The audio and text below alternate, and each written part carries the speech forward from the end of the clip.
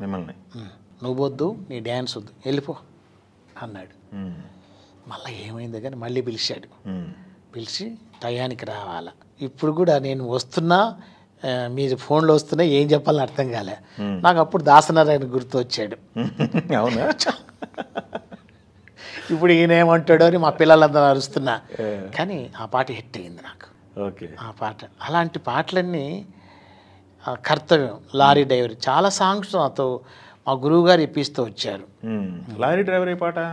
Lorry driver Vijayashanti గారికి, బాలకృష్ణ గారు lorry డ్రైవర్లు అనేసి ఆ పాట అందరూ ఉంటారు అందులో అలా చేస్తూ వచ్చా. చాలా సాంగ్స్ అలా చేశా. అవునా?